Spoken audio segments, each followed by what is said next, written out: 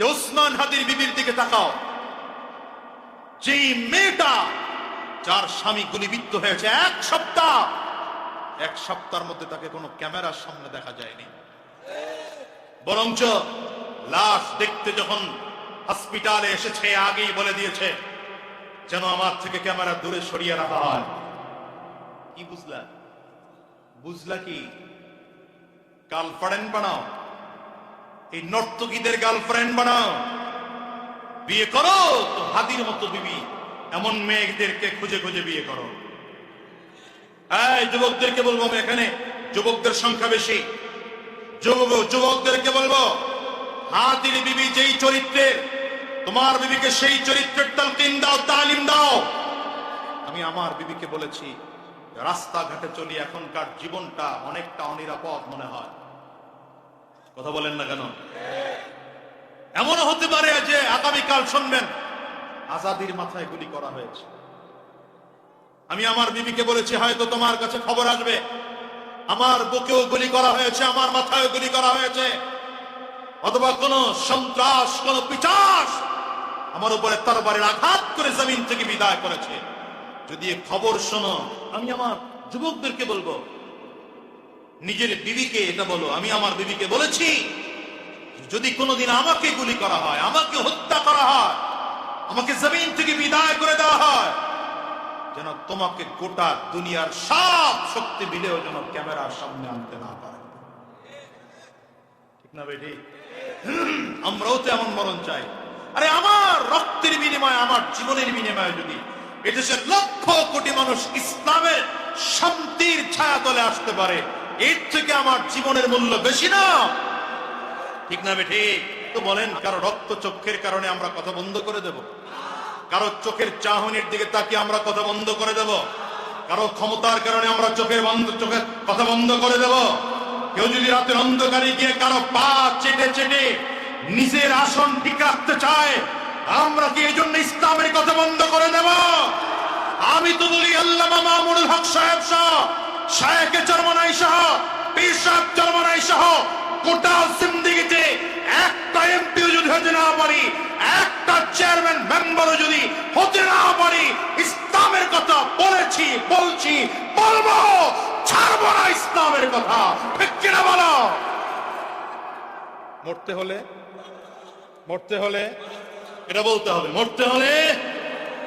সাহাবায়ে কেরাম তো এই মৃত্যু কামনা করতেন।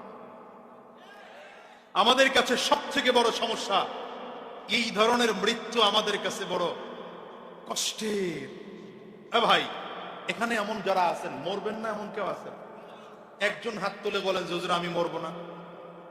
হ্যাঁ, সবাইকে মরতে হবে। মরবেন কারা কারা? দেখেন তো, হাতকে তুলে নাই, তাহলে সে মরবে না।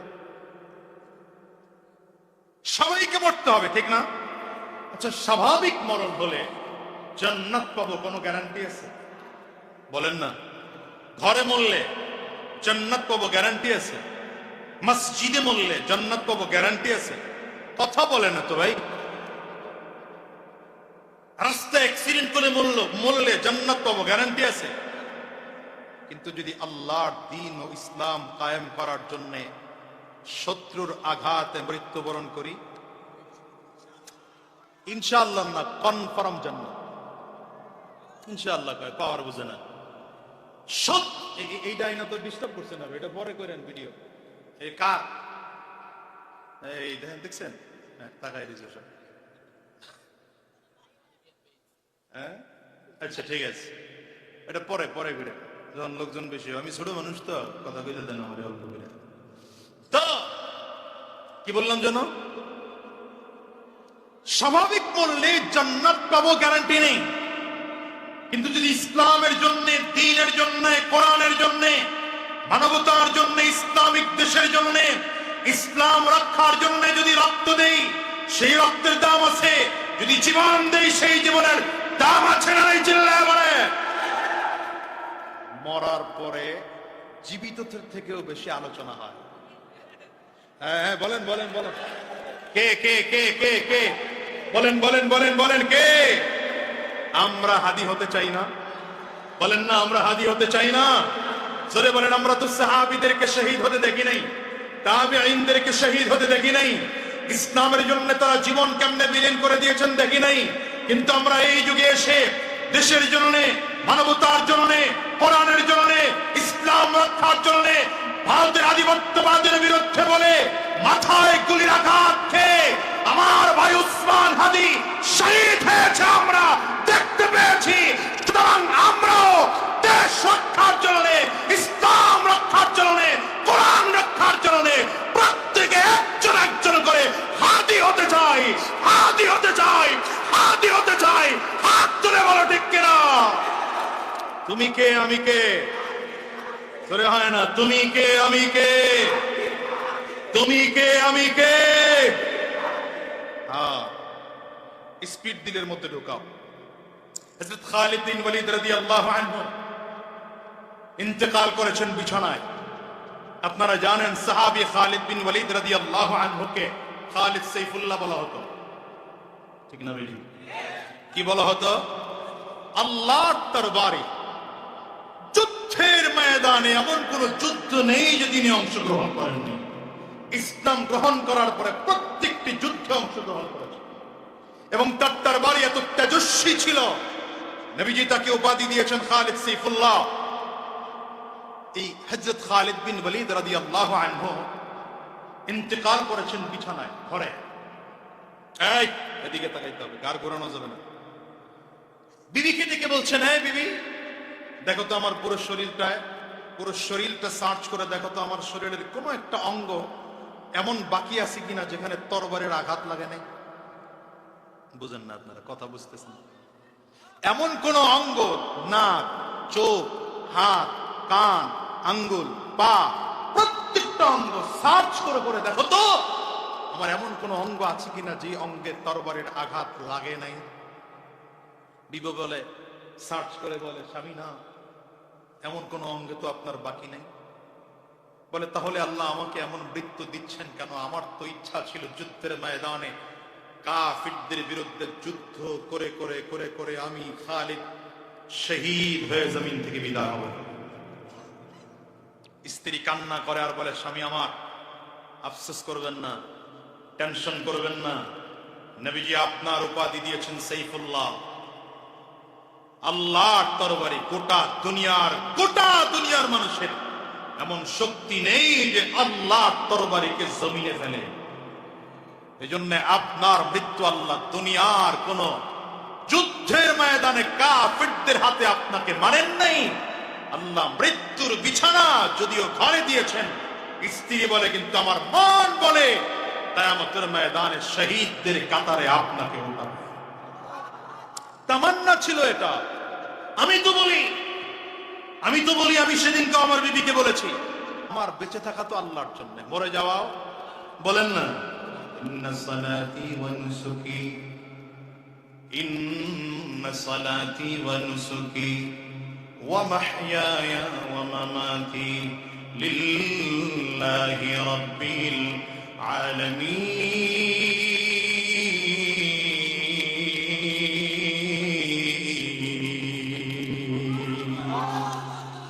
আমার বেঁচে থাকা, আমার মরে যাওয়া, আমার নামাজ, আমার কুরবানি, অর্থাৎ আমার জানি ইবাদত, আমার মালি ইবাদত, সব কার জন্য হবে? আঙ্গুল উঁচা করে চিৎকার করে জোরে আওয়াজ করে বলে, হ্যাঁ মুসলমান। উহুদের যুদ্ধের ময়দানে রওনা করেছেন সাদ বিন আবি ওয়াক্কাস রাদিয়াল্লাহু আনহু, সাথে রওনা করেছেন আব্দুল্লাহ ইবনে জাহাশ রাদিয়াল্লাহু আনহু। হযরত সাদ বিন আবি ওয়াক্কাস বলেন, ভাই, যুদ্ধের ময়দানের মুজাহিদদের দোয়া আল্লাহ পাকের কাছে পর্দা ছাড়া কবুল হয়। ভাই, যেহেতু তুমিও মুজাহিদ, আমিও মুজাহিদ, যুদ্ধে রওনা করেছি, আমি দোয়া করব, তুমি আমিন আমিন বলবা। তুমি দোয়া করবা, আমি আমিন আমিন বলবো। আব্দুল্লাহ ইবনে জাহাশ বলেন, দোয়া করব, কিন্তু শর্ত হলো আমিও দোয়া আস্তে আস্তে করব, আপনিও দোয়া আস্তে আস্তে করবেন। দুজনের দোয়া কমপ্লিট হয়ে গেল। দোয়া করে যখন যুদ্ধের ময়দানে ঢুকবেন অবস্থা, হযরত সাদ বিন আবি ওয়াক্কাস বলেন, আব্দুল্লাহ রে, এখন যুদ্ধের ময়দানে ঢুকে যাইবা, তোমার সাথে হয়তো আমার কোনোদিন সাক্ষাৎ হবে না। আজকে এমন হতে পারে জীবনের শেষ সাক্ষাৎ, আমাকে একটু বলো না কি দোয়া করেছো। আব্দুল্লাহ ইবনে জাহাজ বলেন, ভাই আপনি কি দোয়া করেছেন, আগে আপনারটা বলেন। সাদ বিন আবি ওয়াক্কাস বলেন, আমি দোয়া করেছি আগামীকাল যখন যুদ্ধ শুরু হয়ে যাবে, আল্লাহ আমার সামনে এসে যেন একটা শক্তিশালী কাফির দাঁড়ায় যায়, তার যেন অনেক সম্পদ থাকে, আমি যেন আমার তরবারি দিয়ে আল্লাহর দুশমনকে জমিন থেকে বিদায় করে দিতে পারি, আর তার সম্পদগুলো এনে যেন মদিনার মানুষের মাঝে বিলীন করে দিতে পারি, বিলিয়ে দিতে পারি। আব্দুল্লাহ এবার বলো তুমি কি দোয়া করেছো? আব্দুল্লাহ ইবনে জাহাজ বলেন, ভাই আপনি বড় মানুষ, এজন্য আপনি বড় দোয়া করেছে, আমি ছোট মানুষ কিন্তু আমি বড় দোয়া করতে পারি নাই। আমি দোয়া করেছি আল্লাহ যুদ্ধ যখন শুরু হয়ে যাবে আমার সামনে যেন একটা শক্তিশালী কাফির দাঁড়ায় যায়, এই শক্তিশালী কাফিরের সাথে যুদ্ধ করে করে করে করে যেন আমার মরণ হয়, ওই কাফির যেন আমাকে আঘাত করে করে আমার পা কেটে ফেলে, আমার চোখ যেন বের করে ফেলে, আমার হাত যেন কেটে ফেলে, আমার নাকটাও যেন কেটে ফেলে, আমার কান কেটে গেলে যেন আমার কুসলা বানায় ফেলে। কেন বলেছি জানি? কারণ আমি আব্দুল্লাহ জমিন থেকে যখন বিদায় হয়ে আল্লাহর আদালতে দাঁড়াবো, শহীদ হইয়া যেদিন আল্লাহর আদালতে দাঁড়াবো, আমার মালিক যদি ডাক দেয় কি নিয়ে আমার কাছে আসছো, আমি সেদিন আমার মালিককে বলবো, আল্লাহ এই যে দেখেন আমার কাটা জায়গা থেকে রক্ত টপ টপ টপ টপ করে পড়েছে, কাফির আমাকে কান কেটে দিয়েছে কিন্তু আমি যুদ্ধের ময়দান ছাড়ি নাই, নাক কেটে দিয়েছে যুদ্ধের ময়দান ছাড়ি নাই, আমার হাত কেটে দিয়েছে যুদ্ধের ময়দান ছাড়ি নাই, পা কেটে দিয়েছে যুদ্ধের ময়দান ছাড়ি নাই, কিয়ামতের ময়দানে এমন করে যদি উঠতে পারি আমার মনে হয় আমার আল্লাহ আমার জান্নাত দিবে। সাদ বিন আবি ওয়াক্কাস বলেন, ঘটনা দেখা গেল বাস্তবতা তাই হয়েছে। সাদ বিন আবি ওয়াক্কাস রাদিয়াল্লাহু আনহু কান্না করেন আর বলেন, বড় আফসোস, কেন আমি এমন চমৎকার দোয়াটা করলাম না, যদি আমি দোয়া করতাম আল্লাহ আমি শহীদ হতে চাই, তাইলে তো আল্লাহ তাআলা আমাকে এমন শহীদ হওয়ার সুযোগ করে দিতেন। এই জন্য বলি মুসলমান শোনো, সাহাবায়ে কেরাম যে মৃত্যু কামনা করতে, শাহাদাতের মৃত্যু কামনা করতে, তাবিঈনরাও শাহাদাতের মৃত্যু কামনা করতে, তাবিঈনরাও শাহাদাতের মৃত্যু কামনা করতে। বেঁচে তো বেশি দিন থাকবো না, এই দুনিয়া যাচ্ছে, আগামীকাল দুনিয়ায় বাঁচবো এমন গ্যারান্টি নাই, মরণ তো লাগবেই বাবা। তবে ওই মরণ কত চমৎকার মরণ, যাদের কাবার সামনে মরণ হয়, বাইতুল্লাহর সামনে মরণ হয়, নবীজির রওজা জিয়ারত করা অবস্থায় হয়, কাবা তাওয়াফ করা অবস্থায় মরণ হয়, নামাজের সাজদা অবস্থায় মরণ হয়, কোরআন তিলাওয়াত করা অবস্থায় মরণ হয়, সর্বোপরি আমার আল্লাহর দ্বীন এই জমিনে জিন্দা করার জন্য যুদ্ধের ময়দানে মরণ হয়। ওই আবু সাঈদের কত দাম, তাকে তাকে দেখো, মুগ্ধর কত দাম, আবরার ফাহাদের কত দাম রে বাবা, তাকে দেখো না উসমান হাদির কত মূল্য। তোমার আবার মূল্য যদি আল্লাহর দরবারে করতে হয়, দুনিয়ার এই হায়াতের মূল্য নাই, ইসলামের জন্য যদি জীবন দিতে পারি সেটার মূল্য আছে, বলো ঠিক কিনা? এই জন্য এখন থেকে শপথ গ্রহণ করো, দেশ পরিবর্তনের সুযোগ তৈরি হয়েছে, আগামীর বাংলাদেশ ইসলামের বাংলাদেশ হবে, আগামীর বাংলাদেশ কোরআন সুন্নাহর বাংলাদেশ হবে, আগামীর বাংলাদেশ মানবতার বাংলাদেশ হবে, আগামীর বাংলাদেশ উলামায়ে কেরামদের বাংলাদেশ হবে, আগামীর বাংলাদেশ জুলুম মুক্ত বাংলাদেশ হবে, আগামীর বাংলাদেশ চাঁদাবাজ মুক্ত বাংলাদেশ হবে, আগামীর বাংলাদেশ ইনসাফের বাংলাদেশ হবে। এই বাংলাদেশ গড়ার জন্য উলামায়ে কেরামদের নেতৃত্বে আবার যদি রাজপথে নামতে হয়, আবার নামবো, রক্ত যদি দিতে হয় রক্ত দেব, জীবনটাও যদি দিতে হয়, কারা কারা তৈয়ার আছো হাত তুলে দেখাও।